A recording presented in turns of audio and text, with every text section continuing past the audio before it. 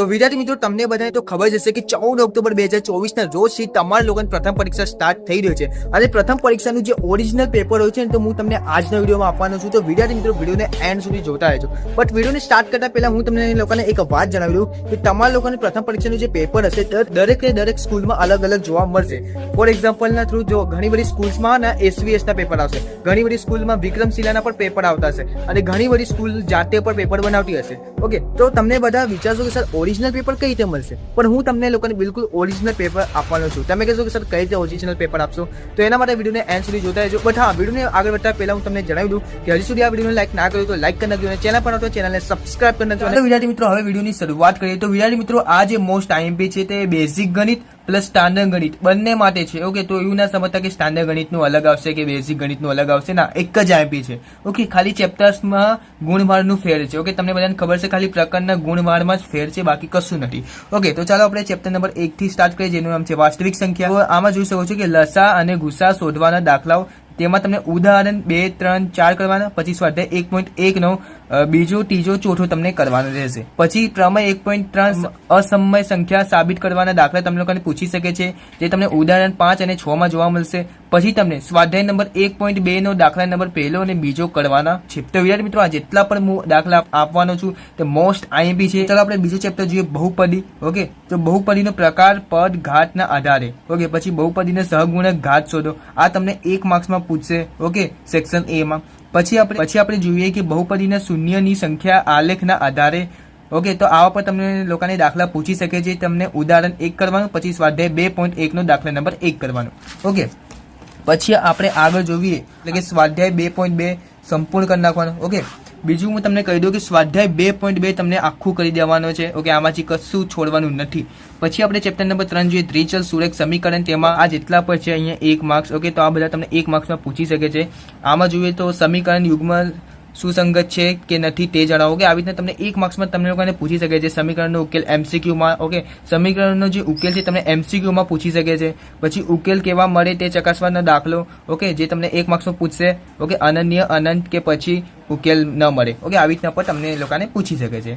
પછી x કે y આપેલ હોય અને k શોધવાના દાખલા, જેમ કે x + ky = 8 નો ઉકેલ તેમાં પહેલો બીજો હોય તો ખાલી જગ્યા, આવી રીતના પણ તમને લોકોને પૂછી શકે છે.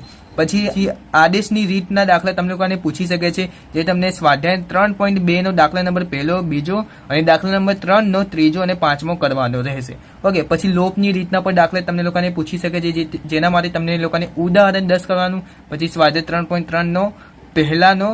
ઓકે, એટલે કે 3.3 નો પહેલો, બીજો અને બીજો અને ત્રીજો કરવાનો રહેશે. ઓકે, તો હવે આપણે આગળ જોઈએ ચેપ્ટર નંબર 5. ઓકે, સમાંતર શ્રેણી. વિદ્યાર્થી મિત્રો સમાંતર શ્રેણી સૌથી ઈઝી. ઓકે, ગણિત વિષયમાં સૌથી ઈઝી ચેપ્ટરમાં સમાંતર શ્રેણીનો સમાવેશ થાય છે. ઓકે, બહુ ઈઝી ચેપ્ટર છે, ખાલી થોડુંક જ દિમાગ લગાવવાની જરૂર છે. જો તમે શીખશો આરામથી તમને સમાંતર શ્રેણી આવડી જશે. ઓકે, અને મોસ્ટ ઓફ વિદ્યાર્થી મિત્રોને તે સમાંતર શ્રેણી આવડતું જ હશે. ઓકે, તેમાં AN અને SN ના સૂત્ર તમે યાદ કરી લેજો, કેમ કે આના રિલેટેડ જ દાખલા પૂછતા હોય છે. ઓકે, તેમાં સમાંતર શ્રેણી છે કે નહીં તેના દાખલા તમને ઉદાહરણ 2 માં એ તમે કરી લેજો. પછી સૂત્ર અને તેના આધારિતના દાખલા. ઓકે, આ પણ તમે કરી લેજો. પછી સ્વાધ્યાય 5.1 એક ગુણ માટેના દાખલા છે, એટલે કે 1 માર્ક્સ જો તમને મેળવવા હોય તો સ્વાધ્યાય 5.1 આખો કરી નાખજો. ઓકે, પછી પદ શોધવાનું સૂત્રનો ઉપયોગ કરીને દાખલાઓ. ઓકે, તેના માટે ઉદાહરણ 4, 8, 10. પછી સ્વાધ્યાય 5.2 નો દાખલા નંબર 2, 5, 6, 7, 8, 9, 13, 14, 18 અને 19. ઓકે, આટલા દાખલા તમને કરવાના રહેશે. પછી સરવાળાના સૂત્રનો ઉપયોગ કરીને દાખલાઓ. ઓકે, તેના માટે ઉદાહરણ 13, 14 કરવાનો. પછી સ્વાધ્યાય 5.3 નો દાખલા નંબર બીજો, ત્રીજો અને ત્રીજાનો બીજો, 7મો, 8મો. પછી દાખલા નંબર ચોથો, 8મો, 9મો, 13મો, 16મો, 19મો, 20મો કરવાનો રહેશે. પછી આપણે જેને એ લોકોને બોર્ડ એક્ઝામમાં આનો જ પ્રમેય તમને જોવા મળશે, જે 6.1 રહેશે. તો આ પ્રમેય ખાસ કરી નાખજો. મોસ્ટ IMP મેં તમારા માટે સ્ટાર કરી રાખ્યું છે, તમે લોકો જોઈ શકો છો. આ પ્રમેય તમે ખાસ કરી નાખજો.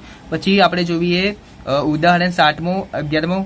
પછી સ્વાધ્યાય 6.1 નો દાખલા નંબર પહેલો, સ્વાધ્યાય 6.2 નો દાખલા નંબર પહેલો અને બીજો, અને સ્વાધ્યાય 6.3 નો દાખલા નંબર પહેલો, બીજો અને 15મો. ઓકે, આટલા તમે દાખલા કરવાના રહેશે. પછી ચેપ્ટર નંબર 7 જોઈએ, યામ ભૂમિતિ. ભૂમિતિમાં તમને અંતર શોધવાનો દાખલો પૂછી શકે છે. તેના માટે તમને લોકોને સ્વાધ્યાય 7.1 નો દાખલા નંબર 1, પછી મધ્ય બિંદુનું પણ સૂત્ર.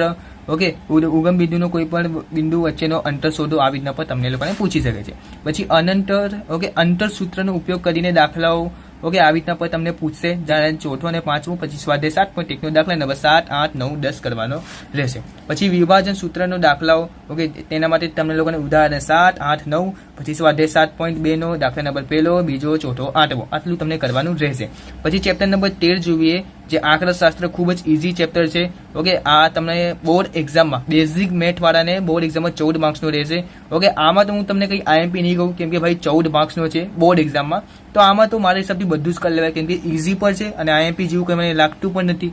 ઓકે, તો બધું કરી નાખવાનું. ઓકે, તેમાં તમને બહુલક વર્ગ, મધ્યસ્થ વર્ગ શોધો, પછી બહુલકના દાખલા, પછી મધ્યના દાખલા, મધ્યસ્થના દાખલા, બધું તમને આખું કરી નાખવાનું. Okay, chapter number 13. પછી જે ચેપ્ટર નંબર 14 આવશે સંભાવના. ઓકે, આમાં પણ હું તમને કહું તો સંપૂર્ણ ચેપ્ટર કરી નાખવાનું, આખો ચેપ્ટર કરી નાખવાનું. કેમ કે ચેપ્ટર બહુ ઇઝી છે.